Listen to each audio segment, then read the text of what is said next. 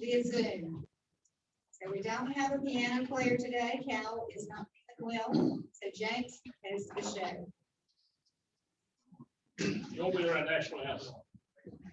Oh, say, can you see by the dawn's early light what so proudly we hailed at the twilight's last gleaming, whose broad stripes and bright stars through the perilous fight o'er the ramparts green washed were so gallantly streaming, and the rocket's red flare, the bombs bursting in air, getting through the night, that our flag was still there.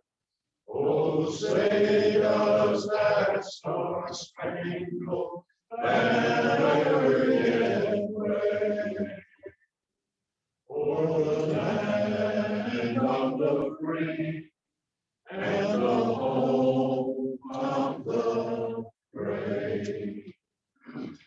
I pledge allegiance to the flag of the United States of America and to the republic for which it stands, one nation, under God, indivisible, with liberty and justice for all. Thank you, James. And Art. And Art has our prayer today.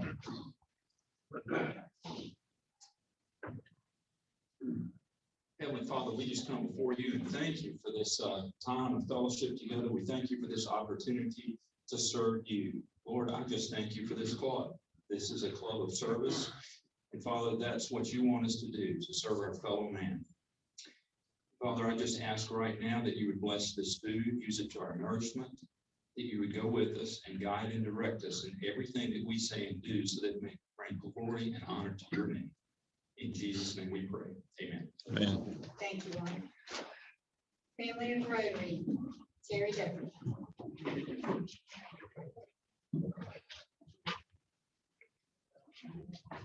Thank you, President Sheila.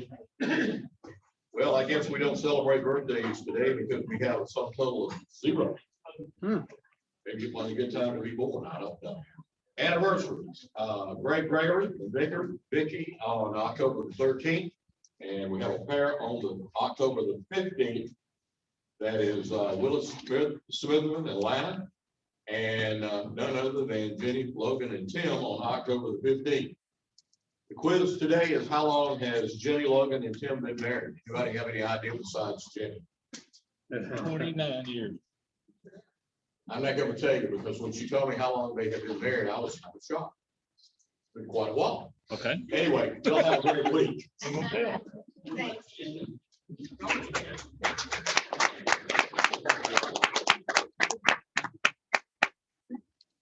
Robbie, introduction of guests. I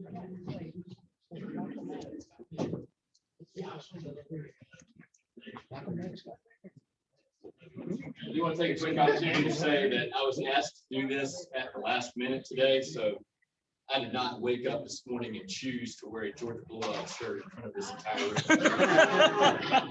room. I'm happy to welcome our guests, Rotarians today. When I call your name, would you please stand and remain standing until all visitors are recognized? Connor Cheshire, a guest of George Flowers, and visiting Rotarians, Lit and Davis Flowers from our Outlaw Club. Did I miss anybody? Do we have any other guests today? All right, thank you. You know you were going to do it, you were wearing a hat. How about the dog? Jeff Aston. Daryl Roberts. We have 1,800 points.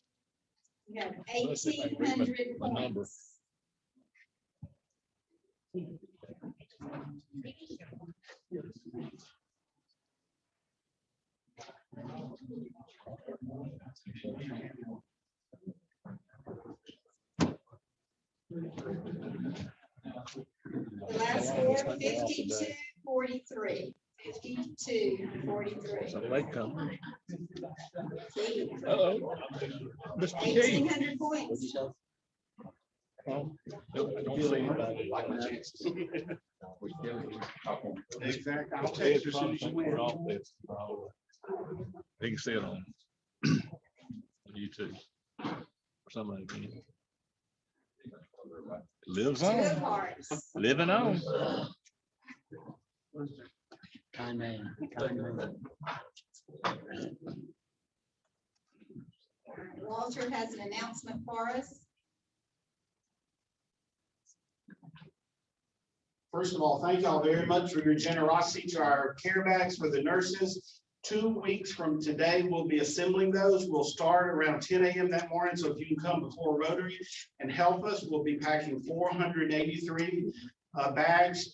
303 are going to Southeast Health and 280 are going to Flowers Hospital. They've both been notified, and then we're going to deliver them after Rotary that day. So if you can't come that morning but want to go with us to deliver, we'll be sending one vehicle, the food bank, in a group to Southeast Health, and they'll be waiting on us, and then the same to Flowers Hospital. So it's 2 weeks from today. We'll remind you next week, and again, the newsletter. We need some people to help us that morning at 10 before the meeting to get them all packaged, and then to go there and help deliver them after the meeting on the 25th.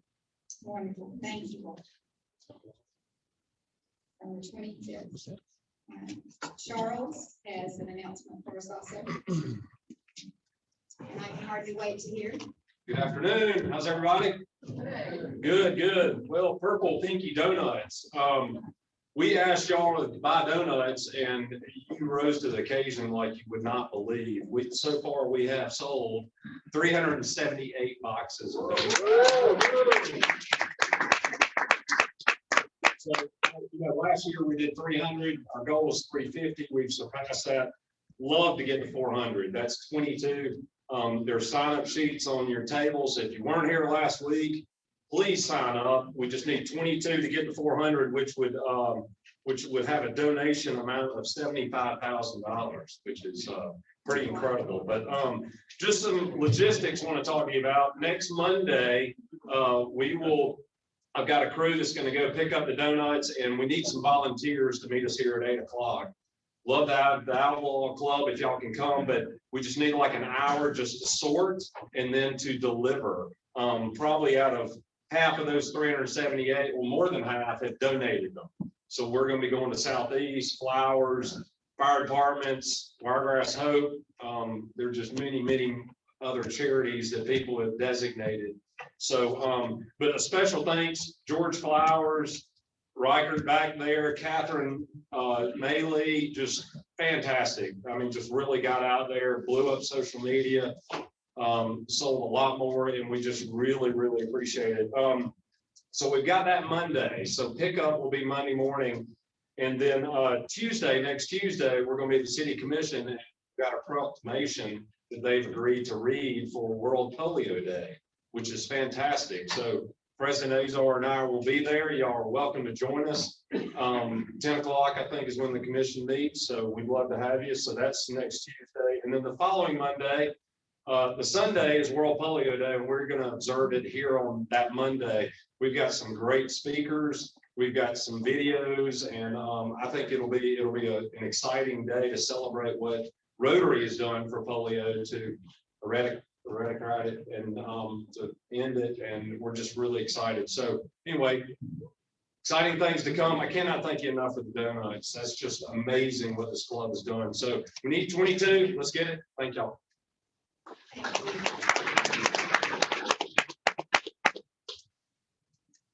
I appreciate everything Charles has done, and also Walter.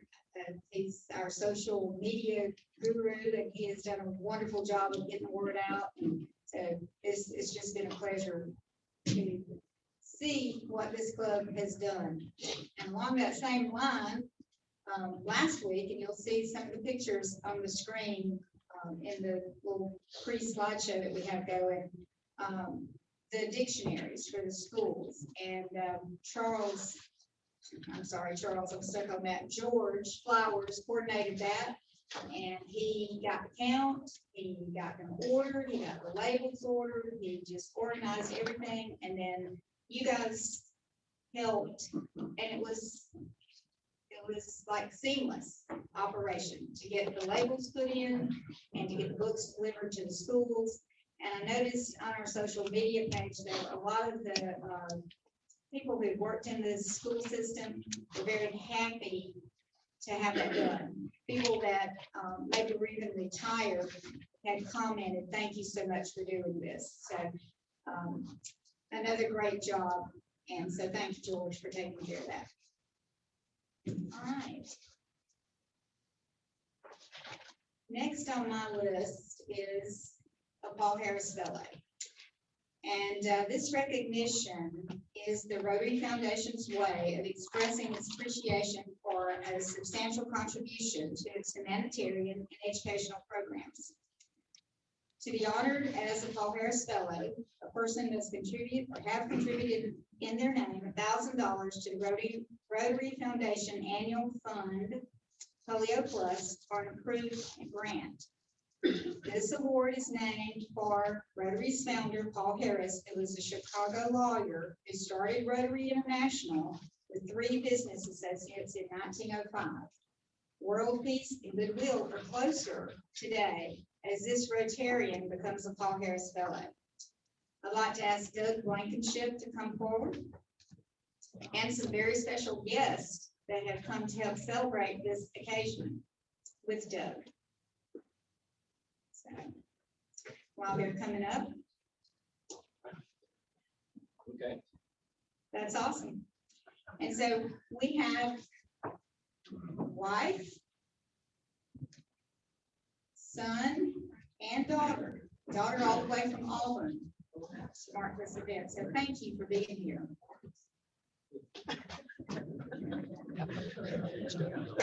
Come and step outside. And we managed to surprise Doug, everything. don't step out this way. That's good.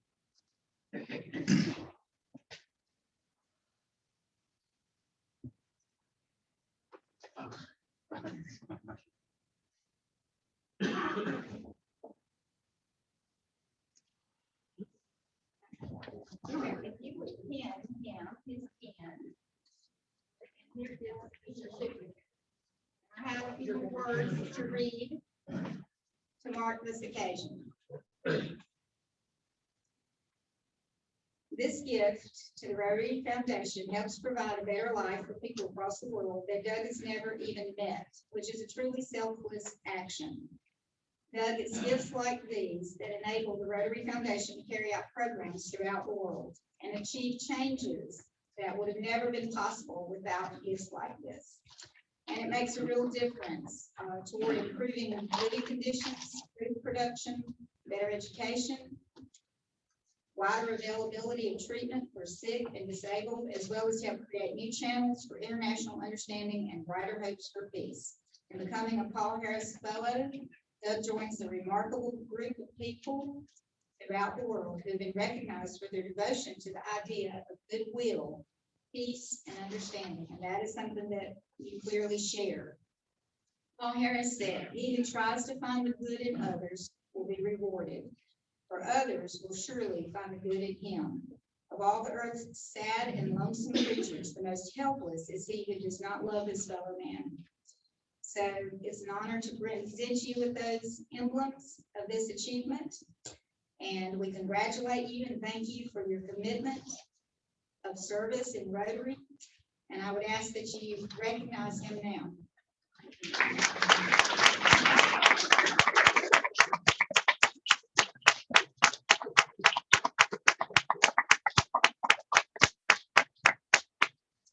Thank you, family, for being here.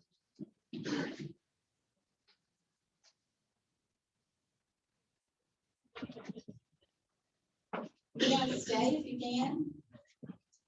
Stay if you can. I think she's gotta get back somewhere. So Thank you so much. for Thank you, coming. ma'am. Thank you. All right. And Mary Beth has our program today. Thank you, President Sheila. I love a good Paul Harris Fellow surprise. So excited to be able to do that today, and particularly on the heels of our success with our Purple Pinky Donut Project. And today I am here to deliver, share with you about my guest, Jatin Patel.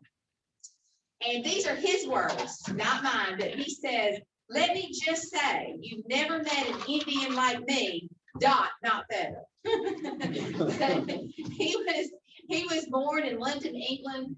He moved to the Wiregrass area at the age of 5, where he attended the Dothan City Schools, ended up graduating high school at Dothan High. And his family and their talents are extremely diverse. I thought I knew a little bit about him, but since we've been sitting up here together, I have learned that he's the oldest of 3 siblings, and his younger sister, in the not too distant past, was a Miss India USA. And I also learned that when you're Miss India USA, you get like a new Mercedes for life. So I don't know. I bet Mike Schmitz is glad he doesn't have a Mercedes dealership. Or I don't know, maybe he is. Maybe he would like to have one.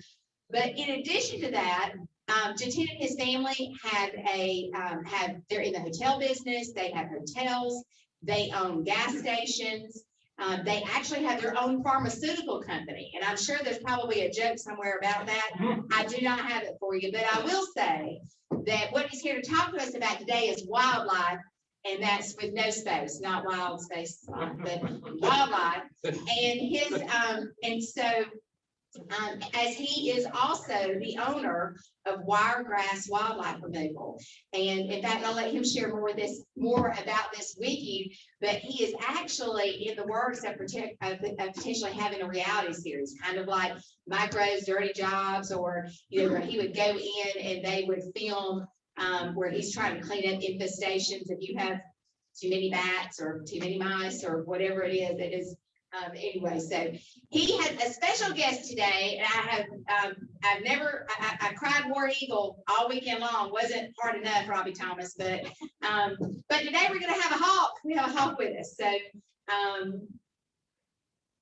without any further ado, Jatin Patel.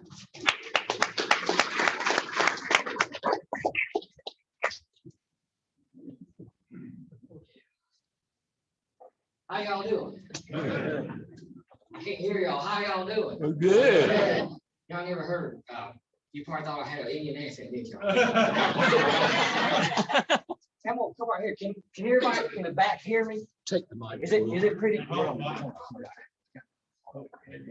Can everybody in the back hear me there? I mean, is everybody good? Because it'd be easier for me to, Sure. I'm real animated when I talk. I move. I can't sit still. So when I had the hawk in my hand, it'd be easier for me. I'm gonna move this out the way. Is that okay? All right, my name is Jatin Patel, and I probably need about an hour. Everybody asks me, what do you do? And my typical answer is, a lot of people are like, well, I do this, and they talk about their work life. You know what I do? I live life, and that's all I do. And I take people with me, even if they're not in front of me, and then watch my videos and all stuff like that. Try to create more positivity in this world, because I don't know what's going on in this world, but if I can just keep pushing that positivity forward, it'd be great. So I do have a Harris's hawk. We're going to talk about falconry today. I got my falconry. It's a hawk. It's a very rare opportunity to see this, because this hawk is usually from like Arizona and a Mexico region, and the desert regions and stuff like that. They usually hunt rabbits and things like that. So I'm gonna bring it out here. And so is everybody okay with birds? And, y'all okay with it? He is hooded. So he's not gonna try to come eat your food. Someone, I won't mention who, 1, 2, 3, 4, 4 tails back, pink shirt. I won't say who, but they say is he gonna pick anybody's house out, or he gonna eat their plate and stuff like that? So I train my coaches to do the pink shirt back there to go get him. Oh, see, some of y'all look. He might flap around a little bit, but I've got his hood, so you can't see. So he's not going where I got total control. Except, okay, last wife, no control. Thank God this is male too, by the way.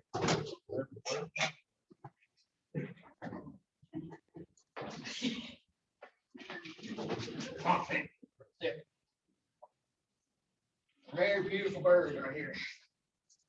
You're gonna learn a lot today about this falconry and things like this. And so this is not my pet hawk. I actually use it in the sport of falconry. It's been around for about 4,000 years. And if you look on the internet, like a lot of people say it's from China, but this I don't know, less than 5 years ago, they found remnants, and guess where it's from? Alabama, that's it. Little redneck Alabama, Indian redneck. It's from India. They have remnants of it, so they said, so now they're thinking it originated from India, and then it started going to the Saudi Arabian regions and stuff like that. And all that regions right there. This bird is very unique because these are the only birds. You heard of a wolf pack? Some of you guys have wolf packs, right? Like if I come pick a fight with this dude right here, his wolf pack, I'm like, what's up? And I'm gonna put my dot on my magic board and go, gotcha. But you know, it's like wolf pack in the, you know, it's in the, they're the only ones that actually hunt in packs. It's really cool because you got the grandma, the female, the Harris's hawk.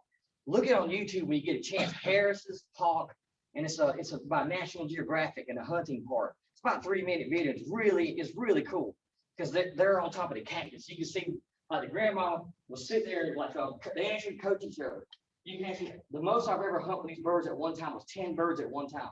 And can you imagine that one squirrel being attacked by 10 birds? You're going around a tree like this, up and down. I mean, it was amazing because you got one that's going to flush it out. So you got the flusher outer. Which one's the flusher outer here when they hunt? When you know when you're a kid, you pull vines, or some of y'all still do pull vines. Get the squirrels running and stuff. So I don't own guns. I don't like guns. I don't have any. So this is my gun. This is my tool right here to hunt. Because I can't sit still. People are like, you need to come turkey hunting. I said, you do what I want to take me, because I can't sit still for 2 seconds. I can't, you know, I blink too much. So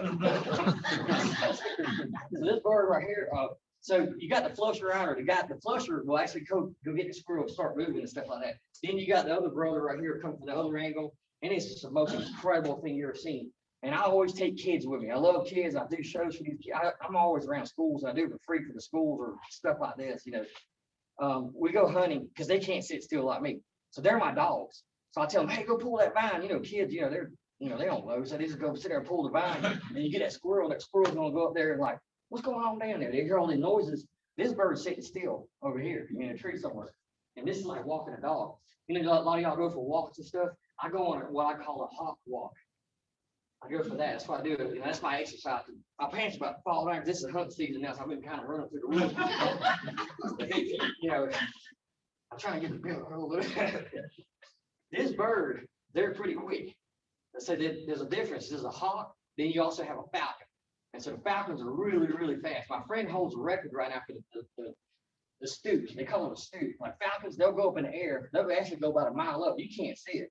I just had a falcon. I just gave it away to my friend in Kentucky because they're not from this region. There's a reason why they're not from the region because there's too many trees and they need more wide open areas and stuff. They hunt smaller things like birds and stuff like that. They're real muscular like me. If you look at me, I'm like real beefed up, you know. So, you know, like the falcons. So they need to move really quick and really fast. They'll come off that stoop 200 and don't quote me on it. I think it's 267 miles an hour. He holds a record right now for that stoop. And I've had a falcon before. I was hunting out there in Hellberg, you know where it's at. And my friend's cotton field, and I had my falcon. I had him stoop up and all stuff like that. He came down on a quail. He hit the quail so hard the head came off. I couldn't find the head. I was like, dang, man, where's the head? I was going, that's the best part to eat. He does. He eats everything. So these, like I said, it's not a pet. You know what I am? I'm an extreme bird watcher. That's all I am. This bird is doing naturally what it is. Like, how do you train a hawk? It's kind of like a woman, you don't. You know, it's like male hawks. They're my best friend. Wait a minute. See, so anyway, you food rewards. It's like, how do you get that thing back? Well, you keep them hungry. You don't keep them starving. But see, y'all got in here. Y'all went straight to the buffet line. I saw y'all. You did not one of y'all, except one person, you came up there and said, hey to me. The restaurant CBD. Same thing. See, now I got your full attention. See, you're full. You don't need anything else now. So that's how I control. You know, the sport. This used to be, and still is in a lot of parts of the Asian countries, like especially Saudi Arabia. It's a sport of kings, and so the kings are the only ones that are allowed to have this. So I'm from India, like we're for real. I wasn't kidding. The kings had them. They had these people called cadgers. So they had the people that actually trained the hawks and stuff like that. And they'll have a little rectangular shape, like a bunch of 2x4s, basically, like this way, that way, little rectangular shape, and that hole in the middle. they'll climb in the middle of that and pick that up and they put all the falcons around it. And they used to go in the fields and hunt with them. Now it used to be just falcons. And so one of my best friends is Gary Brewer. And so back in the 70s, he was hunting his Harris's hawk. You know, he was hunting, oh no, he was hunting his falcon. And then a wild red-tailed hawk came and then came and got a squirrel and was like, that's pretty cool. And people shunned on that. They laughed at it back in the 70s and 80s. Like, it's like, that's stupid because these birds are dumb, you know, like that. But see, hawks, they're a lot stronger. Like, they're big, like that Chris Buter dude, my friend. You know, he's built, you know. I want to pick a fight with him. I know him about 30 years. He's on my side. He's my wolf pack. He's got my back. So so they're really strong. So these things go after stuff like squirrels, mice, rats, rabbits, you know, stuff like that. But guess what? Your next question in your mind is how long these things last in the wild, like how long they live, or whatever. Does anybody know? Take a wild guess. I know some of y'all seen my show before. It's less than 10 years. Why? Why? Anybody know? What happens in the wintertime? What does those animals do? Rabbits, squirrels, mice, what do they do? They hibernate. So then they'll start to death. They'll starve. Or they get attacked by they have predators, and their main predator is the humans, of course, you know, but the other main predator is the owl. You know what's really cool about that? Well, not cool. You know, like what's kind of cool about it is like at nighttime, they can't see like us. They cannot see. So they're in a tree sitting real still. Guess who's hunting at night? The owls, and they'll go there and eat the whole hawk. They'll eat it. I've seen feathers and everything. I've seen them do it. But then, hey, you know what? You know what paybacks are? What you know? What comes to you? What's that saying? I can't. What goes around, come around. That's my Indian coming in here. I gotta go look at the gas station later on first circle. So anyway, daytime. What does owls do during daytime? They sleep. What do hawks do? Oh, so guess what? Oh yeah, you messed with my cousin. You ate my cousin. I come to get you. So they go out there and hunt the house and stuff like that. Oh, let me tell you about the coloration. I'm actually gonna get rid of him. Well, not get rid. Sorry, I didn't mean that. He's listening. You can see he's still here. Look at him, what? You know, so he's actually they're good for rabbits. And around here we ain't got no rabbits because we got what? The coyotes. And oh, by the way, it's coyotes, not coyotes. But the people, you know, the Road Road cartoons, like, where I had a bunch of coyotes out here, and you need to come out here and get them. And I was like, well, it's coyotes. If you have one coyote or you have 100 coyotes, it's the same thing. Anyway, now you learn something. So, because of rabbit population, so but if you notice, I only got one of these anklets and jesses on them. You know that right here? If you notice that, because about a month ago, when you come up here and look at the hawk, you'll see where he got bit by a squirrel, and squirrels have a nasty bite. I don't know if you know that. You know, they can cut through barbed wire. What do you call it? Not barbed wire. Yeah, they can chew through wire. You know, like the hardware cloth and cages and stuff. So he got bit, so that's why he's healing right now. But yeah, and they kill by compression. By the way, I can feel that. You see what they're doing? How do hawks kill their prey? They squeeze like a snake. A compression. But how do falcons kill their prey? Anybody know? Does anybody know? Falcons. They got a nalar notch. What does nalar mean? Anybody? Nose. It means nose. So they have a notch in their beak. And then if you watch the falcon, they'll grab the prey, bring it down to the ground, and then just they'll put their beak on their neck and snap their neck. Instant death, which is better. I'd rather, it's instant. But these guys right here, they're cruel. He'll sit there and hold that squirrel like, come on, hurt him down. That squirrel's like branching around. I'm like, just eat his eyeballs out or something. It's like, you kill him or whatever. But they kill by compression though. The coloration so something cool. I used to teach college I'm actually adjunct still at Torrey University, the science department. So whenever you have red-tailed hawks out here, so they have a thing called camouflage, but it's also called cryptic coloration. You know why? Because that hawk is sitting this high on the tree, and you got a squirrel down here. He's looking around. They're always looking around for predators. Just like you, if you're sitting right there and someone come up behind your back, you're gonna freak out. It's our animal instincts. Y'all know that? Think about that for a second. Any animal, you just kind of spook them on their back in the back. So they always got to see their stuff like that. So when they see it, that's where it's looking up. That red-tailed hawk, what color is the bottom of that thing? What color is their chest? You know? White. It's like a white color right there. So guess what? What's shining down through those trees? The sun. So when they look up, they can't see. It's that camouflage, that cryptic coloration, and vice versa. So if you got the hawk down here and the squirrel's way up there in the tree, it's looking down. He can't see because what color is the hawk's back? The red-tailed hawk. It's like a brownish color. What color is the dirt? The ground, the grass, the foliage, brown. So he can't see. And I go learn something. You call 50 coloration. So if any of you take my class at short, make sure that's going to be a bonus question on the test. You get it. You're good. We got 45 minutes. Until we're done. What time is it? Cut off? Whenever you want to start asking questions. If you want Yeah, I'm trying to think of some cool stories. Oh, so my friends in Germany, so there's in the United States, there's only 3,500 falconers. That's it. Because it's a lot of time and work. It's a lot of money too. You know, people think I just order a damn chicken leg and it'll be all right. No, you got to feed them all kind of stuff like quail. He catches his own food, so he earned it. Except for one time, me and Steve, we got stuck in the middle of nowhere. The truck was stuck, so he caught 4 squirrels. And Steve's a big old dude. I was like, what are we gonna eat, man? He said, well, we got 4 squirrels. At the time, I never ate a squirrel in my life. He's like, be quiet. So then we gave the bird one. It was mostly, it was in the middle of nowhere, no cell phone service. We're stuck. We were stuck. And so we gave the bird the what do you call it, squirrel. It takes him about 45 minutes to eat a squirrel. The whole thing. They'll eat the whole thing. It takes about 45 minutes. It's cool to watch. They dig in there and the guts and stuff flat all your face and split all over, like that. They do everything like that. It's pretty cool. And we cooked the squirrel and ate it right there. Made a little makeshift fire and stuff. He had a fire starter. We always carry that stuff. And that's the most incredible thing you can ever see in your life. He thinks I got something. He did eat yesterday. Oh, what's anybody know what this is called? Art, you know what this is. Come on now. I'm gonna forget everything you taught me about planes. We're friends for it. It's called a hood. It's called a hood because you keep them calm. He's a cool bird, and I can take him off. We might flap around a little bit, but they're really cool. They're very sociable birds. These are actually pretty cool.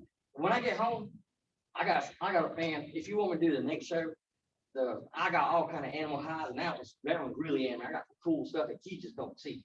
I made it myself. A lot of stuff I got. I lost my train of thought. Squirrel. Okay, my bad. So, what was I saying? Talk about his hood. And his hood and stuff. So I make all their own equipment, all this stuff out here. That thing's 20 years old. Now people buy all this fancy stuff like that. I've had all kind of fancy stuff, cars, everything. But you keep one secret of life is keep it simple. You keep it simple, you be happy. So that thing's 20 years old. It's been faithful for me, and it probably lasts a whole lifetime because I made it about 20 years ago. All this leash and these gloves and all. So I bought this glove right here. I need this glove because his talons are extremely sharp. So some of you, like, I don't know if you notice this. I've told you this. I'm Indian. You know that, right? So y'all ate your food, right? What y'all use? Forks and knives. They can't use their fork and knife, so they use their feet to hold on to that squirrel. And that beak is razor sharp. It can split your finger off. You gotta remember that. Squirrels and bones and stuff like that, they eat bones. They eat all the bones and everything like that. They just snap them in half. It's cool. So like, let's see if I can not get bit. His beak is extremely sharp. He's actually pretty sweet. He's 9 years old. He came from the World Bird Sanctuary up in Missouri. And so he was an educational bird. That's not fair to me. Because the bird's naturally, he needs to go hunt, not just fly back and forth and entertain some people and oh, that's pretty cool. No, you know what he'll do? In Missouri, when they have the education shows, he'll fly off and go hunting. So he's like a serial killer, Pat. You see some squirrels missing in my neighborhood. That's he did it. So, hey, Jatin, tell me about your experience working with Spirit.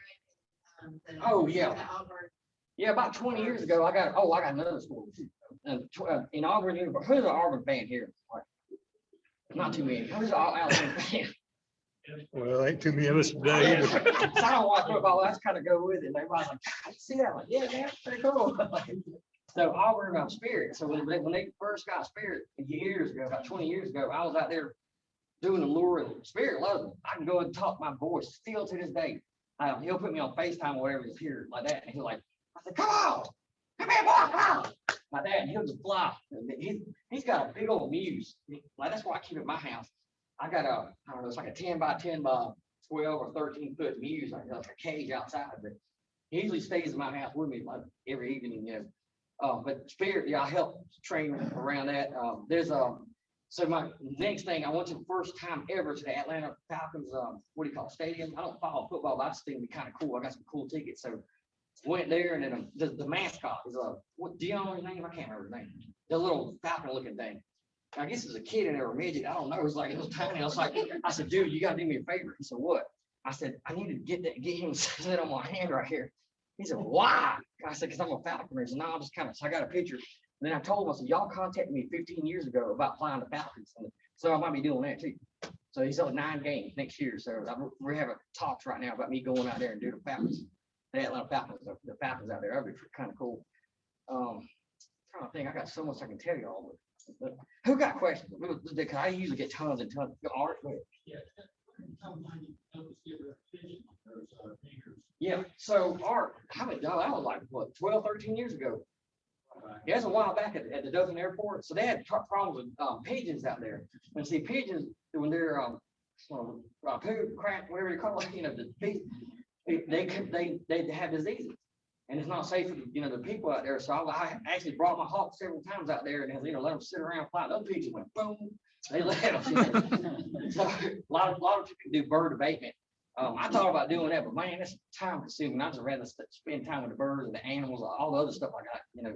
Go hang out with them. But yeah, they do it at airports and stuff. Because you know how much? Do y'all have any clue the damage to the airplanes per year just in the United States? Anybody have any clue?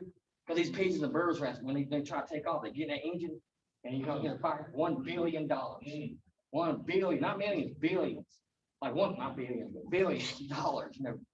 A lot of damage. So they'll hire people like us to go out there and just fly 4 times a day.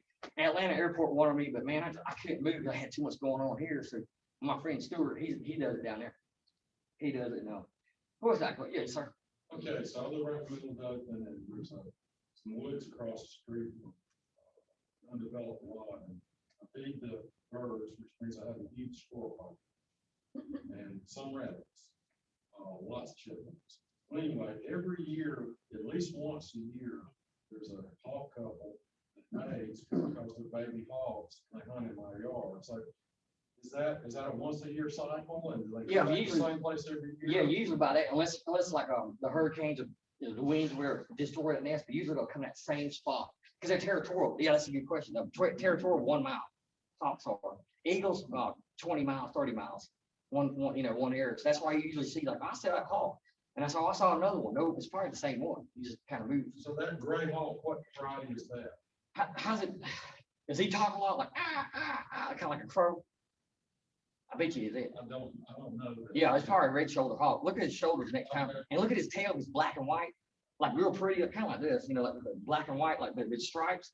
That's a red shoulder. What's interesting is there's a family of owls in that same wood. Is it Woodmere? Like Flowers Chapel Road?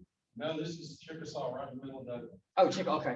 I think The owls are like massive. Yeah, I got one at home, but I was gonna bring him, but he's he's mean.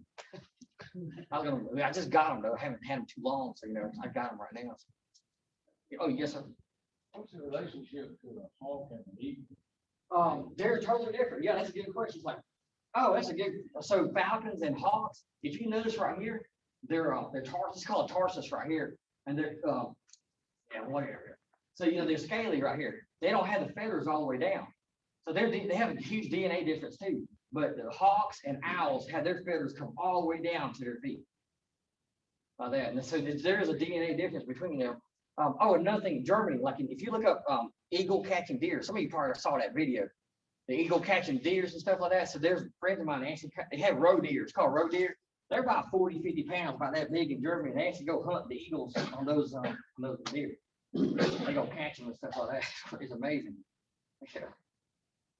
Yes, sir. Hit 2 hawks yesterday, and a bunch of crows just they fought for 3 hours probably. Yep. And who was after who? Usually the crows will try to get rid of the hawks because like it's both. Because the hawk, right now is the season to have babies for them. So if the crows have a nest nearby, they see that hawk, they're gonna try to shoot them away like mockingbirds too. So that hawk is gonna try to go in that nest and kill the babies and everything. So, but one day, when I had my hawk out there in Wicksburg, we were hunting. My friends landed.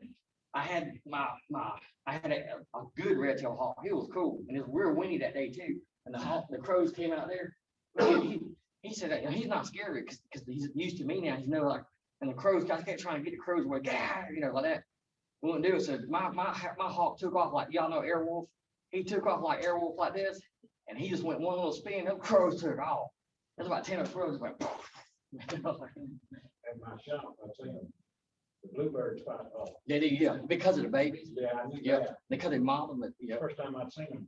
Yeah. Fight with crows. If you roll down a country road, whatever, and you hear a bunch of crows going crazy, just look real careful. I bet you there's a hawk over there. And they're trying to get rid of the hawk. Yep. Who else got something? I know somebody. Yeah, go ahead, bud. Tell us what you can share about your reality TV show. Oh, I'm signed with 495 Productions, so a lot of y'all are Jersey Shore fans, right? Right. Well, you know what, though? It's the #1 reality show ever produced. It's a $1 billion company, so I'm signed with them. But I said, I'm not doing anything negative. I'm not gonna go out there and do crazy stuff. And they don't want me to. So it's gonna be a positive show. Like, I'm the next Steve Irwin, hopefully, and then the Steve Irwin and Mike Rowe, more like dirty jobs. But it's gonna be with animals. Like, y'all all adults in here. Is everybody kids in here or kid minded? Anyway,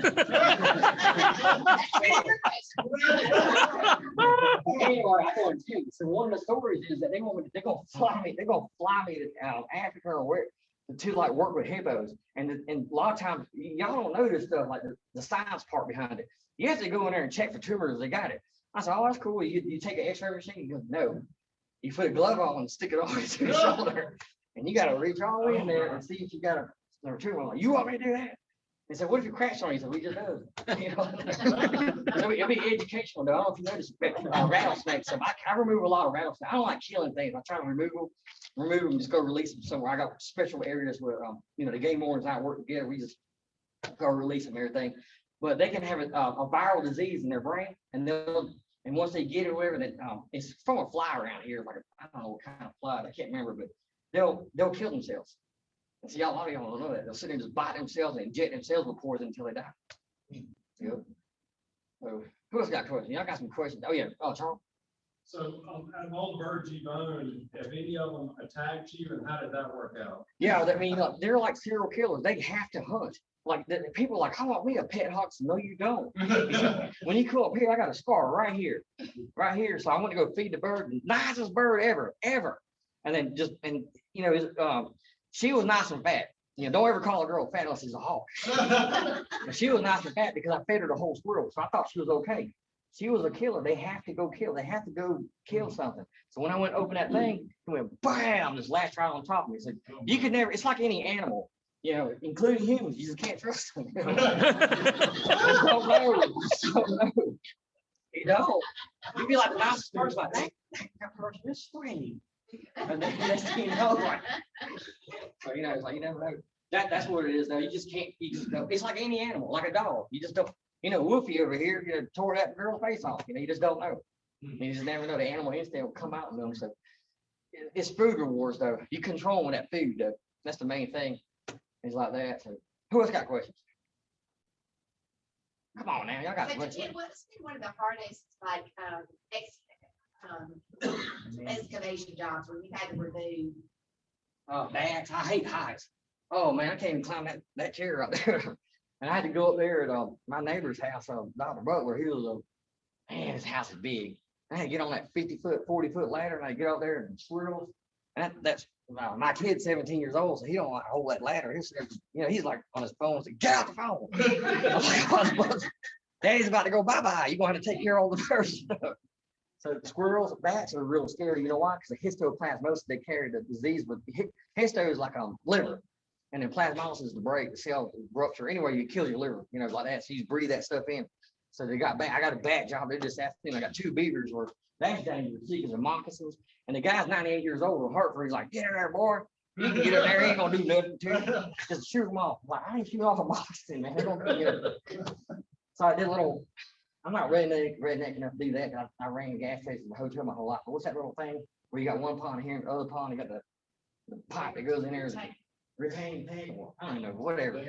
I had to stick my whole hand. It's like a suction thing. It's like 25,000 gallons of water or 250,000 gallons of water. I had to stick. That was crazy because I did that the other day and I had neck deep. So I'm leaving here and going home, change my clothes and go out there. I catch beaters and raccoons, and the raccoon came after me. Everybody's like, oh, that's so sweet. I said, stick your hand in there. So, you know the most dangerous animal? You know what the dangerous animal besides my ex-girlfriend is? Y'all know? It's a raccoon. It's a raccoon, because a raccoon will tear a tiger up. You ever corner a raccoon? You keep poking it and poking, that thing gonna come after you. It's the most dangerous animal. I'm telling you right now. They don't make good pets. I'm trying to raise one up and he started hissing at me. I was like, oh, you going to alligator. I can't let it go. Maybe not. You gotta eat anyway. Yes, sir. How do you get rid of the beavers? You don't, man. It's like, it's several, you trap them. There's a conibear trap. I have a live trap right now. And you know what a castor gland is? They have a stink gland down there. And then you gotta cut it open and that stuff stinks. I mean, it just smells. I just did one the other day. I think I got some in the car. No, it's, I don't know where it's at. Something, it stinks. It smells bad, like bad. Like, I don't want to sound. yeah, I got some in the car. And that's, you put that stuff and it's stink. They're territorial. So the southern beavers, I don't know if they're, that castor is worth $150 every time I catch a beaver. Because the southern ones, I don't know, they got more potent smell. So people up north are paying crazy amounts. Because a vial like that will cost you $80, $60, $80 for a little tiny vial. It is so potent. But I have like a pint jar. Like, we want some, it's kind of like moonshine. I don't drink moonshine. What do they use the valve for? Sir? Oh, then you put it in a trap. You put that scent in a trap, and they'll get in a trap. It's also called a conibear trap if you have to kill them. I don't like killing them, but sometimes, because you just can't relocate a beaver. I can't go to some of his ponds and hey, man, why don't you dump a beaver off? You can take that with you, so sometimes you got to. Yes, sir. Okay, we're just looking in Walker every year or so, we have mockingbirds that nest nearby our entrance in the rear. They attack people when they're coming in, they're attacking employees. And we looked into it, and supposedly they're protected. And if anybody knew we did anything to remove them, it's against the law. And so do you have problems like that when you're trying to deal with wildlife? No, but if you got a mockingbird like that, get an owl. We're good to like Tractor Supply. They got a little owl statues or hawk statues. You stick them up. Oh, they're gone. Okay. Yeah, because they don't think they're gone. You know, you got to keep moving them though. You can't just let it sit there like a scarecrow. You got to move it here. 2 days later, move it over there. Put it over there. Reposition it. You got to think like an animal. Like, how do you catch these animals? You got to think like them. That's exactly right. You got to study animal behavior. You know. So there. Who else got something? Got any more questions or anything? Where do you get what you feed them? I buy that stuff's expensive. Man. This is a thing called Rotopro. You know how rats are nowadays? A lot of you know, you eat them. They're $13 a rat. Go to PetSmart, or if you go to like one of those pet stores, wherever, just look at the frozen ones too. These things want live ones. He's like, oh, I think it's dead. Even my snakes, they want the live ones. What's wrong with y'all? And so I was breeding them for a while, but they stink. So I was like, I just got to fork up, the change out of pocket. That's why there's a place in quail. They're expensive. They specifically breed those animals for these hawks. They feed them like vitamins and stuff like that, get them really nutritious for the birds. And then, so those quail like $5 a piece. Bubba, he'll eat one, but the other red-tailed hawk, they eat like 2 at a time. I'm like, man, you gotta slow down. Get you a treadmill or something. Yes, sir. Oh, good question. So in summertime it's hot. So they have a thing called a crop. If you look at if you look right here, stick your finger right there, you feel a little hole, right? So back in it, look right here. They have a thing called. I'll stick my whole finger in. Yeah. See it? Anyway, it's got a crop. It's a temporary storage thing. So they'll store it. I said summertime. If it's too hot and you feed them too much, they have crop rot. In other words, the bacteria and stuff like that, they'll rot and they'll kill them. So wintertime it's cold, so they're gonna be shivering, right? They're gonna be shivering and stuff like that. So they're gonna burn more energy and stuff. So I usually feed them every day in the wintertime. The summertime it's once every 2 days, once every 2 to 3 days, whatever it is. So and bareback. Man, every job's different. They tell me I'm actually pretty cheap. There's another company like they rip people off. Man, I can't rip people off. I just kind of do it to cover the cost, feed my birds, or that. Every job's different. I just go look at it, and like the bats are the hardest ones. That's a hard job. You got to take the ladders out there and got to get hard work claw. There's a lot to it, and it's dangerous work too. Beavers. But I'm actually extremely, I'm very reasonable, like actually cheap. I actually have. I don't do Facebook. What do you call it? Facebook. The technology crap. Yeah. They're like, why? Social media. Well, I do that, but I'm like technology. I don't even know what a Venmo is. I just found that out. Venmo. Oh, yeah. So everybody like, you know what Venmo is? I said, you pick up a rattlesnake like I can. Yeah, well, what do you do? I tell you what, you teach me how to do that, and I'll just watch you try to pick up that rattlesnake. We got to get big. Oh, okay. Yeah. So. I'll say pay whatever it costs. I've got one right here. Oh, yes, sir. Can you get rid of an armadillo? Yeah, they're hard. So Mr. Fry, he's about 82, 83. He's a good bet. One of my best friends. I talk to him all the time. He invented a system. Have you ever seen a fencing system to catch that? He did that. So you got to put cages up. Armadillos can't see, but they can smell. So the best way to catch, once you catch one armadillo, you want to keep it for a little bit, put a rug in there, like some kind of carpet, and let it keep pissing and shitting all over it. Let it do it. I mean, that's what you do. And then you get rid of that armadillo, whatever you need to do, get rid of it. Take that carpet out. Next time you just set a cage out anywhere, and they'll find that smell and get right in. But there's a fence system. They follow lines, just like a snake. You're not gonna have one crawl around here like mice. They'll follow that line right there. That's how I trap it. You gotta. I'm only 44, but I've been doing this like 30 years, my whole life. Oh, she asked me a question. How did I get into all this? When I was about 7 years old, we moved from England here. We didn't know anybody. And a Candlelight Hotel in Ozark, Alabama, is a friend of mine. He had we met. We just this is how we work in our culture. We just knock the door and like, hey, I'm Indian. He said, me too. I'm serious. That's how it works. That's how we all met. Not through arranged marriages, especially here. It's like, I hid a grasshopper in a jar. That was awesome. I was like, dude, how'd you do that? And he taught me. He said, Beeline Motel. That's my hotel downtown. We just sold it. It's killing me. I'll tell you, man. But anyway, there's a little patch right there. I used to go catch grasshoppers, worms, and crickets and look at them. My mom took me a third grade field trip. I bought a little box. It had a little magnifying glass on it. And it started from there. And now my freezer the other day, oh my God. I feel so bad. Like I just caught a rattlesnake, but the dude shot it. I had to shoot it. I'm like, no, you did. Anyway, Boba had to shoot it. So I got it and stuck in my refrigerator. Just for a second. I went to go take my boots off. My mom opened that fridge. So she's nosy, dude. Like she lives with me. My dad passed away a couple years ago. She opened that fridge and she like, I heard his friend right there. Who else got some cool? Anybody got questions or anything? And you're more welcome to come up here and take pictures with the bird too now. So you can come up here and I'll even let you hold it if you want. It'll be a kind of cool picture, I think. Yes, that's good.